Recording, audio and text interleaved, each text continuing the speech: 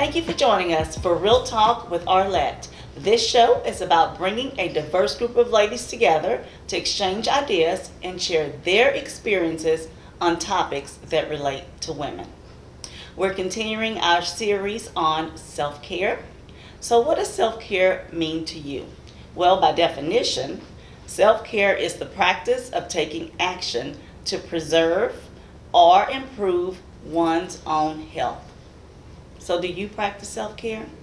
Well, my guest today will share with you how they managed to get self-care in while unfortunately being sick or caring for a sick loved one. So let's have some real talk. Ladies, thank you so much for joining me. Hanaiya, welcome back to the show. And Joslyn, thank you so much for being here.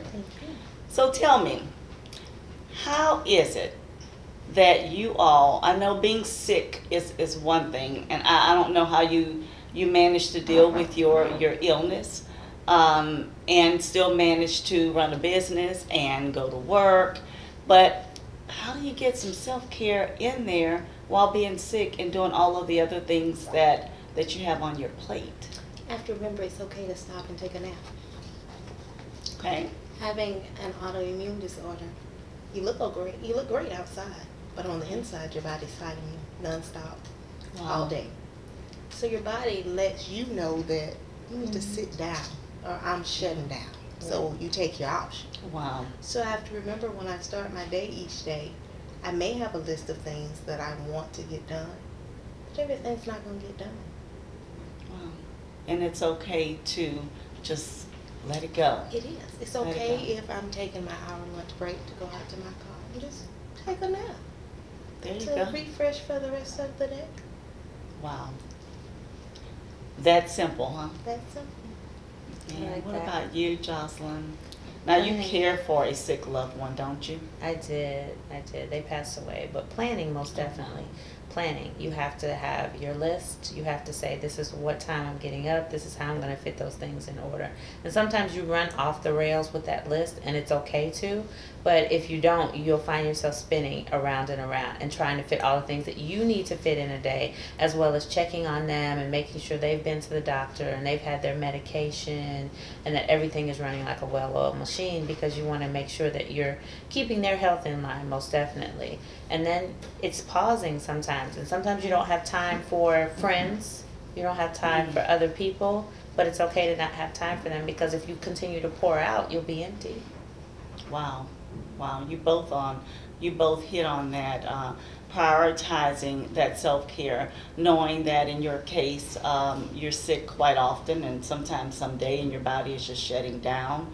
And for you, with the emotional, caring for a sick loved one is not only emotional, seeing your loved one sick and you feeling helpless, and all you could do is just, maybe just wipe their face or just hold their hand, that emotional aspect of it, as well as the physical. I unfortunately am dealing with the same thing, having to care for sick loved ones, and it's physical and it's emotional and personal. So it affects all aspects of your lives.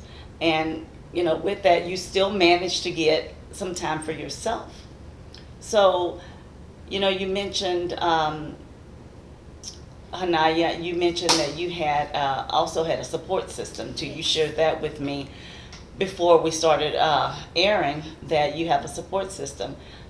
Can you tell me a little bit about I do. that? I have my mother, who's at times has had to take months out of her life and come here. She lives 5 hours away. Okay. But there have been times where she's had to take 2-3 months and just come here and stay to help my husband and I, because I may not even be able to be mobile. Wow. I may not be able to get up.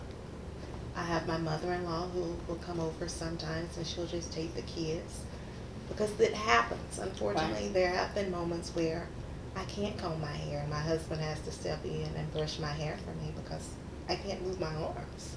Wow. And being just in my early 30s and dealing with it just about all of my life, it does at times take a toll, and you feel like, well, I'm a burden to those around me.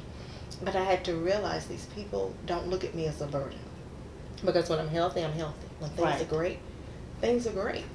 they just want to help, and I had to learn to accept that help and not shy away from it. I had to learn to say, I don't feel good, instead of, no, I'm okay. Right, right. Well, I know for me, I'm fairly healthy, so I can only empathize with you. But do you ever find yourself, well, you just said it, I was going to ask you, do you ever find yourself feeling guilty that you're not able to do everything that you used to be able to do? Do either one of you experience that? I did. I felt very guilty when friends would invite me out to things and I had to decline. Or I had to miss important moments in their lives because my body just wouldn't allow me to do it. Wow. And over time, I realized if these people understand what I'm going through, Absolutely. then it's not an issue Sure. for them. And that sometimes I'm going to have to decline the invitation. Wow. I'm not going to be able to make everything. Wow. And you know, for me too, I try to have my hands in everything. I feel like, you know, my family can't survive without me. And I'm healthy, so I can't even imagine, you know, being ill or having to care for a sick loved one.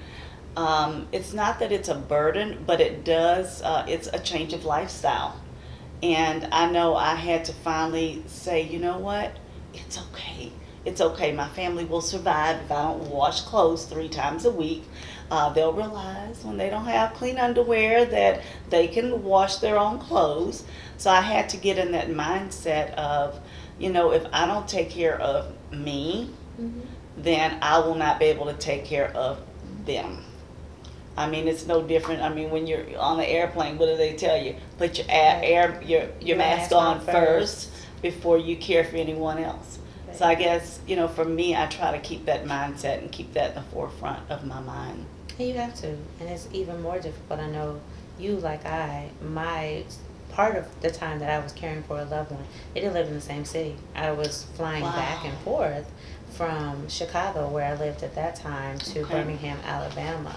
And then so it's fielding the calls on the telephone. Every time the phone rings, it's being scared that this is going to be a call to say that somebody is dead or that something has happened. And I do have a sibling, but more often than not, the care fell on me as opposed to my sibling, just by nature of who I am, one, and probably two, the way that God has designed this plan for me. So it's something I had to go through to get to where he's taking me. Right. And so at times being angry by that, thinking that I'm not an only child, and the fact that I do have a sibling, why aren't they assisting in the way that I'm assisting? But knowing too who I am, and I am a take charge kind of person. And so, but it is definitely pausing for that self-care. I've showed up at home and couldn't even remember the code to the alarm. I was so tired. I've got a 2-year-old standing there next to me. I can't remember the code to the alarm because I am just that tired. And then it clicked in my head. You are not Superwoman. You cannot do everything. You are not going to try to be everything. And you have to pause, because I didn't know if I was running into a nervous breakdown or what was happening. But I'm like, this code to the alarm has been the same code and I can't remember. I'm standing there crying. She's crying. In there. It's just, it was entirely too much. And those points where you don't want to reach a point where you have to have a breakdown, because you have to be there for someone else. Absolutely. And you have to be there for your family and yourself. You still have to get up every morning and put your pants on one leg at a time. Absolutely. And so it's definitely, how can I pause and take, if it's 15 minutes and it's just 15 minutes of quiet, if you have to lock yourself in the bathroom, if you have to sit in the car before you go into work and just pause, you've got to pause to collect yourself, because your mind is moving so rapidly and you're moving rapidly and you're no good to anyone else when you're in that place. Wow. Let's talk about work. So I tell you what, there have been times where I have actually sat in my car, and sometimes I wanted to cry before going in, but I've sat in my car and I just put me some gospel music on and I turned it up, and just had to get in that mindset before I walked into madness. So let's talk about work. How do you do it, Hanaiya, when your body decides it doesn't want to function on any particular day and you have to go to work? I sit down and I think, what's most important right now? My house being on fire, or my neighbor's house being on fire. Wow. I'm at will. I can walk out of here at any time. Right. Let me go at any time. Absolutely. So I have to take all of those things into perspective. Because if I'm no good to myself, then I'm no good to this job. That's right. If I go in this job and I can't walk, what am I doing to my coworkers? Right. What am I doing to my director? Now the day is completely shot because you try to help me figure out, do I need to go to the emergency room or should I go back home? Wow. Okay. And the same thing with your business, because not only are you you're a working professional, but you're also an entrepreneur and a mother and a wife. Yes. And you manage to handle all of those responsibilities while being sick and practicing self-care. Kudos to you. Yeah. And Joslyn, what about you? Wow. Work. I mean, It's challenging. how do you manage caring for a sick loved one?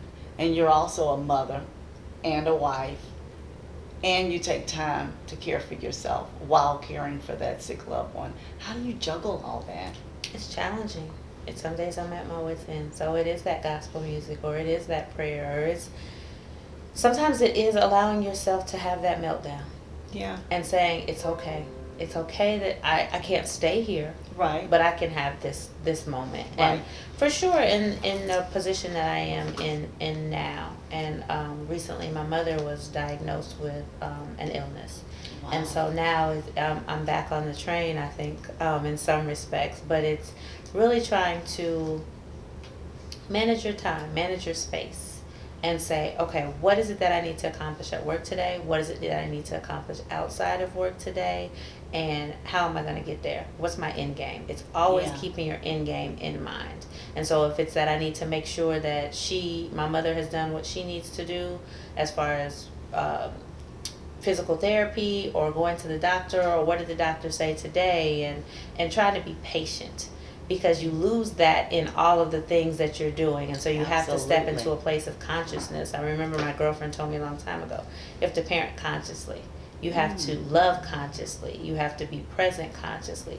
Because so many times you are doing 16 things at one time. Somebody's called you and now you're frustrated because they want to talk to you about something going on in their life. And you're thinking, I don't have time for this. Right. But they've called you for a reason. So it's pausing for them, and it's okay to pause. And you can't do 15 things at one time, because then you're not doing all of those things well. And you're not giving that person who's on the call the best of you. You're not giving that person in the house the best of you. You're not giving your job the best of you. So it's really focusing on that task while you're in that moment. Right. And trying not to wander, because then you're wondering, how's so-and-so doing? Did they do what they need to do? But meanwhile, you have a meeting, or meanwhile, you need to prep for a meeting or do something else. So it's really trying to stay focused. Wow. That's deep. Well, I talk to a lot of women, and I've noticed that a lot of them partner. They have friends that they partner with. And, if they're sick one day, they may call and say, hey, I'm not feeling well. Can you take the kids? Or, hey, if I'll watch your kids this day, if you watch my kids that day, so I can go and take a dance class or a yoga class. And I mean, it's important to have those friends, that support network. And I know for you guys, you've managed to figure it out. What advice would you give those ladies that are out there who deal with sickness on a daily basis, or who is in the midst of caring for a sick loved one right now? What advice would you give them? Remember, yourself comes first. Right. As hard as it is, you have to streamline it. You have to remember whatever God you serve is going to help you through it. Absolutely. You have to be able to say your prayers, look at the people around you, and realize these people need me. I can't do this without them. Wow. Joslyn, You have to ask for help. That's key. And I'm very self-reliant. I'm very Yeah.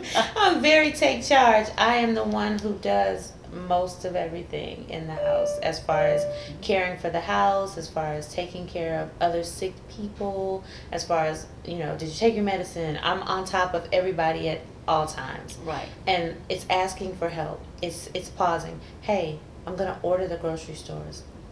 Can you stop by the store and pick them up? Here's the code. Right. Let me text it to you before you come back home. Delegate. Delegation, and realizing that it's okay to relinquish that. And that's one of my struggles, because I am the control. It's what I do for a living. Right. So if I am doing that, it oftentimes transfers into other aspects of my life. And so what I would say to other people is ask for help. Don't be scared to set up your social infrastructure. If you need to pause, pick up the phone and say, hey, I need to pause. Can you take the kid for 5 hours? Can you take them for 5 minutes? Right. Can you meet me at the house? Hey, I really need to do X, Y, and Z, but I need to do it alone. I remember a couple weeks ago, I walked in the house and my mother was there, and I needed to go to the store, and I said, Jay is home with you. I need to go to the store. Well, can I go? No. I need to be alone in the car with Jesus. I just need this moment. Even though I wasn't necessarily resting in that moment, I just needed to be free. Free of no conversation, free of not needing to give to someone else, because you're constantly pouring out and you're not being poured back into oftentimes, because Right. that you may be a giver by nature. And so it's definitely asking for help. And a lot of people who are givers are not able to do that. But it's pausing and saying, hey, how can I be the best me? And That's if I right. can't be the best me by doing everything, then I need to ask for help. That is absolutely right. Wow. Well, I tell you what, I am certainly inspired by both of you. Unfortunately, our time has come to an end, but I really appreciate you all sharing your stories. I know that for those ladies that are watching, they have, been encouraged and empowered to hear your stories. So thank you so much for being here. You're so welcome. And thank you all who have joined us today. We would like to encourage you to reach out to us if you have any topics that you would like us to cover on the show. Or better yet, if you live in the Houston, Texas area and would like to be a guest on our show, please reach out to us at realtalkwitharlette.com and click Let's Talk. Until next time, ladies, I would encourage you to be faithful, be fearless, but most importantly, just be yourself.